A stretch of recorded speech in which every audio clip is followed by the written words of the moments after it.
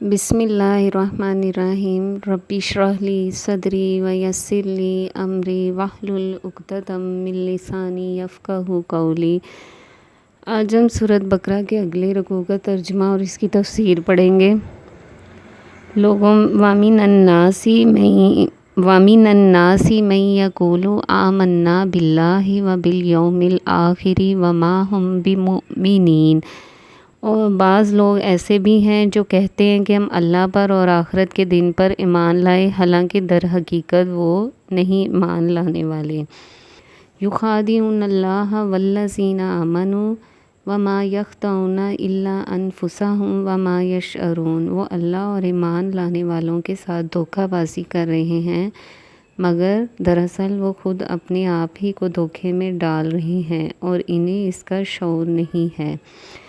یہاں منافقین کی بات ہو رہی ہے۔ عبداللہ بن ابی جو تھا وہ منافقین کا سردار تھا۔ وہ لوگ نبی پاک صلی اللہ علیہ وسلم کے پاس آتے، ان کی محفلوں میں آتے، بیٹھتے اور ان کو یہ یقین دلاتے تھے اپنے دعووں سے کہ ہم آپ کے ساتھ ہیں، لیکن وہ ان کے ساتھ نہیں تھے۔ فی قلوبہم مرض فزادہم اللہ مرضا ولہم عذاب علیم بما کانوا یکذبون، ان کے دلوں میں ایک بیماری ہے جسے اللہ نے اور زیادہ بڑھا دیا، اور جو جھوٹ وہ بولتے ہیں اس کی پاداش میں ان کے لیے دردناک سزا ہے۔ یہ منافقین کو یہ تھا کہ ان کو ہمیشہ ہم دھوکہ دیں گے، لیکن منافقین کا دھوکہ جو ہے وہ تو خود ہی ان کے اپنے لیے ہوتا ہے۔ دنیا میں تو وہ چند روز دھوکہ دے سکتے ہیں، مگر ان کا یہ جو دھوکہ ہے وہ ہمیشہ نہیں چل سکتا۔ بیماری سے مراد یہاں منافقت کی بیماری ہے، اور اللہ ان کی بیماری میں اضافہ کرنے کا مطلب یہ ہے کہ وہ منافقین کو ان کے نفاق کی سزا جو ہے نا فوراً نہیں دیتا، بلکہ انہیں ڈھیل دیتا ہے، اور اس ڈھیل کا نتیجہ یہ ہوتا ہے کہ منافق لوگ اپنی چالوں کو کامیاب ہوتے دیکھ کر اور زیادہ مکمل منافق بنتے جاتے ہیں۔ ان کی منافقت کی سب سے بڑی وجہ یہ ہوتی ہے کہ ان کو دنیا سے محبت ہوتی ہے اور ان کو آخرت کا یقین نہیں ہوتا، یعنی کہ وہ سمجھتے ہیں کہ ہمیں اپنے اعمال کا جواب نہیں دینا، کہ ہمیں اپنے اعمال کے لیے جواب دہی نہیں ہے۔ وَإِذَا قِيلَ لَهُمْ لَا تُفْسِدُوا فِي الْأَرْضِ قَالُوا إِنَّمَا نَحْنُ مُصْلِحُونَ، اور جب انہیں کہا جاتا ہے کہ نہ فساد کرو زمین میں، قالوا تو وہ کہتے ہیں کہ بے شک ہم تو اصلاح کرنے والے ہیں۔ الا انہم ھم المفسدون ولکن لا یشعرون، خبردار حقیقت میں یہی لوگ تو مفسد ہیں مگر انہیں شعور نہیں ہے۔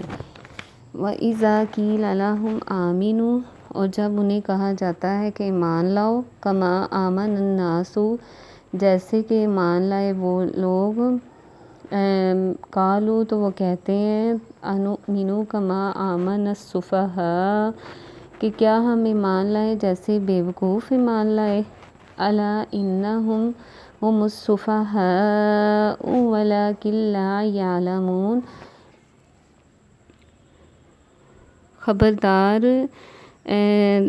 وہ کہتے تھے کہ ہم بیوقوفوں کی طرح ایمان لائیں، خبردار حقیقت میں تو یہ خود ہی بیوقوف ہیں مگر یہ جانتے نہیں ہیں۔ وَإِذَا، اور بیوقوف یہاں پر وہ ان لوگوں کو کہتے تھے جو کہ صحابہ کرام اور نبی پاک صلی اللہ علیہ وسلم کے ساتھ جو اسلام قبول کر رہے تھے نا لوگ، جو سچائی کے ساتھ اسلام کو قبول کر کے اپنے آپ کو تکلیفوں اور خطرات میں مبتلا کر رہے تھے نا، ان لوگوں کو یہ لوگ بیوقوف کہتے تھے۔ وَإِذَا لَقُوا الَّذِينَ آمَنُوا قَالُوا آمَنَّا، اور جب وہ ملتے ہیں ان لوگوں سے، ایمان والے لوگوں سے، تو وہ کہتے ہیں کہ ہم ایمان لائے۔ وَإِذَا خَلَوْا إِلَىٰ شَيَاطِينِهِمْ، اور جب علیحدگی میں اپنے شیطانوں سے ملتے ہیں تو کہتے ہیں قال وَإِذَا خَلَوْا إِلَىٰ شَيَاطِینِهِمْ قَالُوا إِنَّا مَعَكُمْ إِنَّمَا نَحْنُ مُسْتَہْزِئُونَ۔ جب وہ علیحدگی میں اپنے شیطانوں سے ملتے ہیں تو کہتے ہیں کہ اصل میں تو ہم تمہارے ساتھ ہیں اور ان لوگوں سے ہم مذاق کر رہے ہیں۔ یہاں شیطان کا شیاطین کا لفظ جو استعمال ہوا ہے نا، وہ جو منافقین کے اور کفار مکہ کے جو سردار تھے نا بڑے بڑے، ان کے لیے شیاطین کا لفظ استعمال ہوا ہے۔ اللہ یستہزئ بہم ویمدھم فی طغیانہم یعمہون۔ اللہ ان سے مذاق کرتا ہے اور وہ ان کی رسی دراز کیے جاتا ہے اور یہ اپنی سرکشی میں اندھوں کی طرح بھٹکتے چلے جاتے ہیں۔ اولئک الذین اشتروا الضلالۃ بالہدیٰ۔ یہی وہ لوگ ہیں جنہوں نے ہدایت کے بدلے گمراہی خرید لی۔ فما ربحت تجارتہم وما کانوا مہتدین۔ مگر یہ سودا ان کے لیے نفع بخش نہیں ہے اور یہ ہرگز صحیح راستے پر نہیں ہیں۔ مثلہم کمثل الذی استوقد نارا۔ ان کی مثال ایسی ہے جیسے ایک شخص نے آگ روشن کی۔ فلما اضاءت ما حولہ ذہب اللہ بنورہم۔ جب اس نے سارے ماحول کو روشن کر دیا تو اللہ نے ان کا نور بصارت سلب کر لیا۔ وترکہم فی ظلمات لا یبصرون۔ اور انہیں اس حال میں چھوڑ دیا کہ تاریکیوں میں انہیں کچھ نظر نہیں آتا۔ صم بکم عمی فہم لا یرجعون۔ یہ بہرے ہیں، گونگے ہیں، اندھے ہیں اور یہ اب نہیں پلٹیں گے۔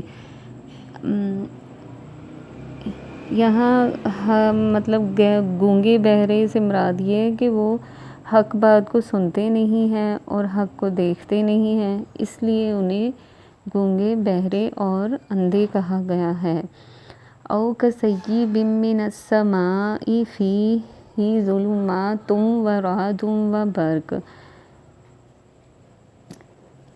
یا پھر ان کی مثال ایسے ہے کہ آسمان سے زور کی بارش ہو رہی ہے اور اس کے ساتھ اندھیری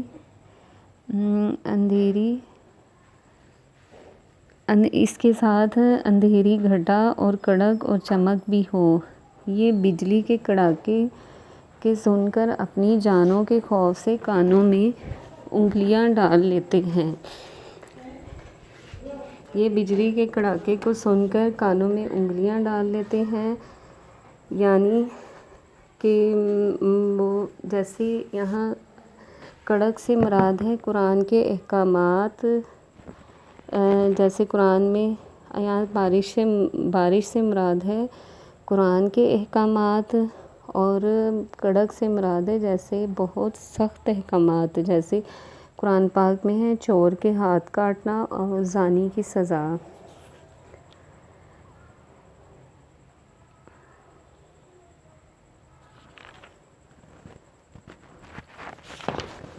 آگے ہے یجعلون اصابعہم فی آذانہم من الصواعق حذر الموت واللہ محیط بالکافرین۔ اور وہ اپنی یہ بجلی کے کڑاکوں کو سن کر اپنی جانوں کے خوف سے کانوں میں انگلیاں ڈال لیتے ہیں، اور اللہ ان کو ہر طرف سے، ان منکرین حق کو ہر طرف سے گھیرے میں لیے ہوئے ہے۔ یکاد البرق یخطف ابصارہم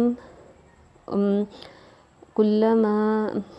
تو جب ان کی چمک سے ان کی یہ حالت ہو رہی ہے کہ گویا عنقریب بجلی ان کی بصارت اچک لے جائے گی۔ کلما اضاء لہم مشوا فیہ۔